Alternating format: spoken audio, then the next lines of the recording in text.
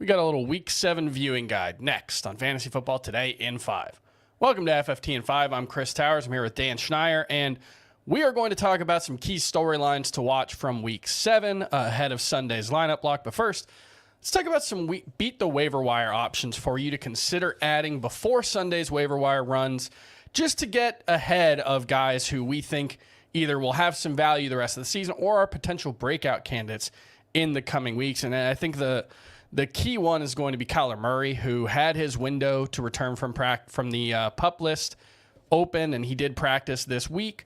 Not going to play. I would guess it's still going to be a couple of weeks, but we're getting reports that he is going to play for the Arizona Cardinals. I know there was some suggestions in the offseason that they may be fully tanking, but this team's 1-5 but competitive. They're feisty. They're not. Do you think we're going to see Kyler Murray, playing at some point? Another couple of guys. I'll throw out Jackson Smith-Njigba, rookie first rounder, 53% roster in CBS fantasy leagues. Coming out of the bye last week, saw his route participation rate jump up to 81%. And Pete Carroll specifically talked about a play where Geno Smith missed him for what would have been a 30-plus yard touchdown. I think Jackson Smith-Njigba is one of the most talented young wide receivers in the NFL, and I want him on my teams if I can. As we get closer to Sunday, I know there's a lot of buys and injuries this week. If you can't do it, I understand, but I want him on my roster. Dan, who are some beat the waiver wire targets for you? If you're in a shallower league, I like the idea of signing Tajay Spears to your roster. He's actually outscored Derrick Henry in a few games this year. And without Ryan Tannehill now for what could be at least a month, if not more, the Titans are likely to fall out of playoff contention. And we saw how bad that offense could look last year with Willis. What does that mean? Well, why not trade Derrick Henry and get some assets back if you're a rebuilding team? So Henry could have a new team. It could be a playoff team. It could be a team that scores a lot more points. And I just like the idea of getting Tajay Spears now, because if Henry's moved on, Spears will be a really good back. I also like the idea. He really has. And that's how he looked on his college tape too at Tulane. I also like the idea of, and I know he's been signed in some leagues, but not all leagues, Jameson Williams. He was able to score a long touchdown last week, despite not seeing that many snaps. I think his snaps have to come up because in real football, and this will carry over to fantasy, you need those types of players on the field who can stretch the defense. There was a late play in the game, a 23-yarder, I believe, to Amon-Ra St. Brown, a dig route in the middle of the field. That was only open because the defense had used cloud coverage and started to respect Jameson Williams after his long touchdown catch. The same thing is going to continue to happen when you have the Williams on the field, so you got to keep him on the field, and that will lead to more fantasy points. And the last guy I want to talk about, Chris, is Michael Mayer. He's a tight end that I just loved. I know some people picked him up this week. Some people didn't, though. He's still just 13% roster, at least was before the week. And he's the type of player who was so good in college, despite such bad quarterback play, Chris, that I think he can make do with whatever is going to happen there with Las Vegas from a quarterback standpoint. So if you need a tight end, I like Mayer as well. Yeah, that's an extremely concentrated passing game. There's basically been like 6 targets total that haven't gone to Devontae Adams, Jacoby Myers, or Josh Jacobs this season. So there's definitely an opportunity for Michael Mayer. And what I like, the last 2 games, there really has been an emphasis on getting him involved early. Those like first 15 scripted plays.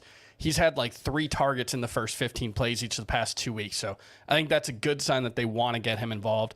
Now let's talk about some things that we're going to watch for Week 7. A lot of this job is trying to predict what's going to happen. And somebody asked me, what do I expect to see from the Rams running backs? And I have no idea.